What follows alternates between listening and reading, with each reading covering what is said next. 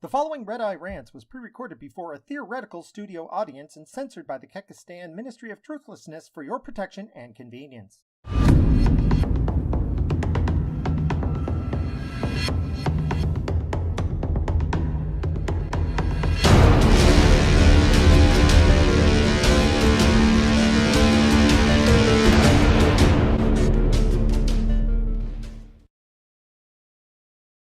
They say if you build a man a fire, you keep him warm from the night. We dare to ask the question, if you set a man on fire, isn't he warm for the rest of his life? The answer to this question and many more will be answered by our panel of experts, including Farty, a man who holds the world's record for largest fart set on fire, the high priestess of an ancient volcano god. Unfortunately, she has thrown herself into the volcano to placate it, but, we're hoping to get some input from her ashes anyways, and a rather nervous-looking fellow we have bound and gagged inside a wicker man. Top story. The heart of France, Notre Dame, committed suicide after 26 weeks of yellow vest protests and Macron selling out to the EU. The cathedral, built back in 2300 BC, finally said, fuck it, and set itself on fire. In a long and overtly melodramatic suicide note, the church complained about illegal immigration, how Macron had sold out, as well as spoke highly of Brenton Harrison Tarrant. Quote, if only more men were like Brenton, FYI, I'd totally do him. He's hot. Then the church set itself ablaze. Notre Dame is survived by its same-sex partner, Philippe Chevrolet, and a rectory. More on this story as it develops. More news from the Large Hadron Collider. Our high-energy cheese experiments have finally yielded fruit, in a metaphorical sense, which is important to point out when dealing with food-like substances made entirely out of strange quarks. None of the researchers have spontaneously mutated and started sprouting giant blisters all over their misshapen bodies. Nobody's bones transmigrified into a pudding-like slurry, and certainly no one transformed into a puddle of human flesh, laboring to breathe while begging for the sweet release of a merciful death. What has happened is that the HEC experiments have led to the discovery of what is being termed heavy memes. Now, we don't entirely understand what a heavy meme is, except they are very poisonous and can apparently be absorbed through the skin. When we talked to the scientists at the Large Hadron Collider, we were told, my eyes, sweet Jesus, it's crawling around inside my eyes, and kill it with fire. Well, I think we can all look forward to some dank and spicy memes in the near future. Keep up the good work, gentlemen at the LKC. We'll defeat those commies yet. News from the front. The battle for Facebook. War has broken out among Facebook. There are now two factions, the plucky young rebels fighting a tyrannical empire known as Stock Awesome, and the entrenched evil jackals who are willing lackeys of Darth Zuckerberg, who we will call Stock Bitch. Unfortunately, Stock Bitch holders have 10 times the voting rights of Stock Awesome. So it looks like the revolt is unlikely to gain any traction before winter sends in, and both sides are required to disengage for harvest. It looks like this will be a protracted war. Civil wars are rarely a bloodless affair, and already reports of Darth Zuckerberg beheading his enemies and posting them on Snapchat have reached the ears of embedded Kekistani reporters. We cannot confirm these rumors at this time, but we have received burning and fragmented documents of a battle plan from the Stock Bitch faction that has the title of Project Red Culling. Pray to kick for these poor, idealistic fools. More on the Facebook Civil War as it develops. AOC is making the news again on the Skullduggery Show. She was asked if she favors impeaching the president. She not only agreed with impeaching the president, but she in fact said that she impeached the heads of an entire soccer team just last week. This puzzled the interviewer, who cautiously asked why Trump should be impeached. She responded, on a pike, with emollients. The interviewer asked, with? Whereupon AOC said, allow me to demonstrate, then threw a bucket of kerosene on the interviewer, quickly followed by a lit match. Then the interviewer screamed and ran around as a ball of incandescent flame. I think I'm missing some of the subtext here, but it would not surprise me if this was AOC's way of testing the waters for her own presidential bid. Thoughts on this panel? The Crazy Awards were announced this week, and Brie Larson has tied place with AOC. They both got into a Twitter fight saying, no, I'll be the only me, thank you. No, I'll be the only me, thank you. And this went on for hours upon hours upon hours. Every time I hear from either of them, I pray for death. Moving on here. Yesterday, Cher defected from the leftist cult and sided with Trump over illegal immigration. Despite having sold her soul to Harvey Weinstein, she broke the conditioning and spoke out against sanctuary cities. And I quote, I understand helping struggling immigrants, but my city, Los Angeles, isn't taking care of its own. What about the 50,000 plus citizens who live on the streets? People who live below the poverty line and hungry. If my state can't take care of its own, many are vets, how can it take care of more?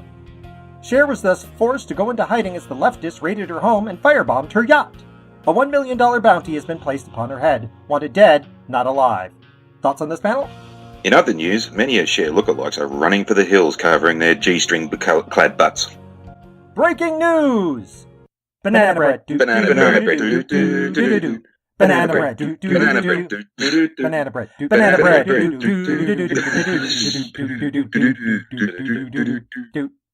Following is an op-ed. The Democrats, having failed to get any traction on the Russian thing, have gone back to trying to get Trump's tax records. However, what most of these morons don't realize is that the 4 investigations into Trump that took place took over 2.5 years. They had the ability to pull all of Trump's financial records, including seizing the records from his attorney. Did it occur to any of these idiots that if those 4 investigations with total, unfettered investigational power couldn't find anything wrong with Trump's taxes, that nothing will be revealed by Trump releasing his taxes? Why can't they realize the only reason he isn't releasing his taxes is just to waste their time and make them look foolish? Update on the burning of Notre Dame. Fire investigators have determined the fire was caused by Allah. Truly, the Christian God is dead, and the Muslims will conquer the world in the name of their vengeful God. And we here at the Redeye welcome our new Islamic overlords. Coming up later in the program, tossing homosexuals off the roof versus stoning them to death. Which one is more likely to cause carpal tunnel syndrome? The answer may surprise you. And smiting the unbeliever. Farty reviews the latest Suicide Fest fall fashions. Any previews, Farty? Excellent! But first, a word from our sponsor. Howdy, infidels! This is me, Mohammed Sanders, the owner of JFC, Jihadi Fried Chicken. For $5, you can fill up your car with gasoline, thus helping to prop up a third world Muslim dictatorship. Or you can fill up yourself with my $5 Allah Ak bucket of wings, marinated in my finger-licking good sauce and breaded with 72 virgin spices. Jihadi chicken, taters and gravy. All of the old moms think it is da bomb. And on Thursdays, noon to 3, drive your van or truck over to our Muslim brother Hood and try our all-you-can-eat lunch special. You'll eat till you pop. Jihadi Fried Chicken. It's tender, it's juicy, it's to die for. News from the home front. Pakistani R&D has managed to weaponize giraffes. It started with a single question. How long does it take for a giraffe to vomit? Which led to, is it like a rifle? The longer the barrel, the more accurate the projectile? Our top scientists have determined that when a giraffe vomits, it carries the force of a howitzer. When force-fed explosives and syrup of ipecac, a giraffe can launch a 37-pound shell over 12 miles. Unfortunately, word of this development has gotten to both the US and Russian governments. As we speak, these two superpowers are attempting to weaponize their own giraffes in a new neck race. And entering into the field is Iran, who is attempting to breed their own giraffes of mass destruction. Israel, however, just last night performed a bombing raid on a suspected Iranian giraffe enrichment center. So, for now, Iran's giraffe research has been set back at least 3 years. When asked what they thought about this developing neck race, top Pakistani scientists were quoted as saying, on paper, a unicorn seems much more likely than a giraffe. We have no idea how that answers our question. More on this as it develops. Thoughts on this panel? Yes, it turns out that this is an idea first thought of by Saddam Hussein by sticking a Scud missile on a camel's nose and then clamping its balls together with a pair of house bricks. You're always full of those fascinating historical facts. Breaking news! A bread factory last night burned to the ground. This morning, the workers arrived to find a toast factory in its place. Later in the show, we will be interviewing live Peter Paul Montgomery Buttigieg, the man who is famous for being the only person alive to ever finish a tube of chapstick without losing it first. More on both these stories at the top of the hour. But first, tech news. Announcing a new product from YouTube. From the same people who brought you YouTube Premium, there's now YouTube Smug. Yes, YouTube Smug is available, but not for the likes of you. Also, Netflix became a tool of the patriarchy and started attacking chick flicks. Apparently, Netflix thinks that calling a movie a chick flick is insulting. The reason being, saying a movie is mostly for a female audience is insulting to the movie. Women are clearly inferior to men, and therefore, to call something a chick flick is to call into question the quality of the film. Netflix continued with, repeal the 19th as well as Mother Nature is just like any other bitch. You slap her around until she does what you want. Then, Netflix passed out. More on this when Netflix comes to and reads what they have been drunk tweeting last night. This week, the socialists declared Bernie Sanders right wing. No. Seriously. That fucking happened. No joke. Here I am making up bogus news stories in an effort to be funny, and the fucking commies outdo me, and they aren't even kidding. What the bloody fuck? No wonder I can't get into any subscribers. I'm like a cricket being drowned out by nighttime construction on an overpass.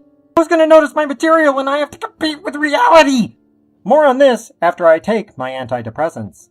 This just in, Disney Corporation announced it's buying the intellectual rights to 1984 from the estate of George Orwell and will be making a sequel to the book as a movie. It will be called 1985. 1984 2, Electric Boogaloo. In it, a young woman is discovered who has superpowers and can easily fix everything in society by smiling. Her antagonists are all angry white men who die because they are stupid and shit.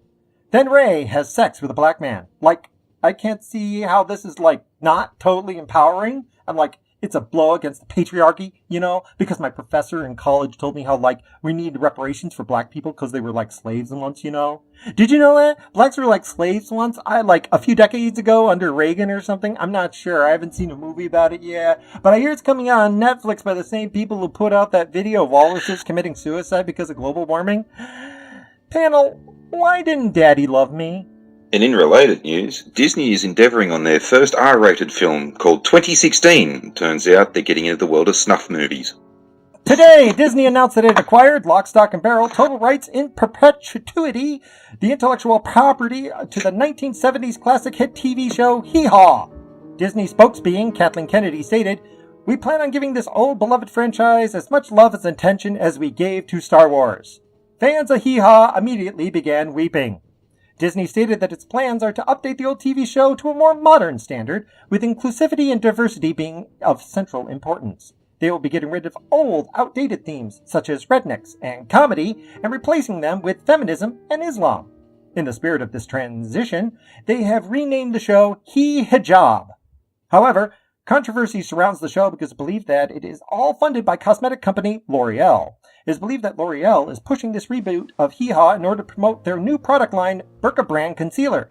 Nothing conceals bruises and welts like L'Oreal's Burka Brand Concealer. Kathleen Kennedy, when asked about connections to the multinational company L'Oreal, gave no comment, nor will she ever make any sort of comment again. That's what happens to a woman when you have to ask twice. No follow-up on this story if that cunt knows what's good for her. This just in! Turns out the owls are exactly what they seem. More on this at the top of the hour. This just in, we managed to trace the call. It was coming from inside your house the whole time. You need to stop listening to this show and get out. Get out now! That isn't a draft moving your... That's gonna leave a mark. Decapitation usually does. Speaking of, I've been meaning to ask you, ever cut off a Chinaman's head? Chinaman? Nah, not a Chinaman. They don't bleed, not like we do. Or maybe it was just the cold. More on this story after they release your autopsy report. Our final story. Last Thursday, a 2.5-year-long, $27 million investigation requested by Congress finally released their final partially redacted report. Bill Maher held a press conference about the report and summed up the 448-page report as thus. The Mueller investigation has determined that children cannot breathe water. This has caused a huge uproar among the leftist gods, who believe that Inquisitor Torquemada Mueller was firmly opposed to the rule of God Emperor Trump. They praised him for years, but now clearly believe that he is on the wrong side of history and wish to have him brought before Congress and stretched on the rack. Nancy Pelosi held a press conference stating there is no proof that children need air to live. Just because 1,822 children drowned doesn't prove anything. All we know is those children that participated in the study lacked gills, nothing more. When asked how she could live with the murder of so many children, Nancy replied, "Actually, we only drowned children under the age of 2, so by law all those deaths were just post-birth abortions, not murder." It's this kind of slander that shows that Trump supporters are nothing but hate speech spewing troglodytes. She then went on to accuse Bill Barr of trying to spin the report in Trump's favor.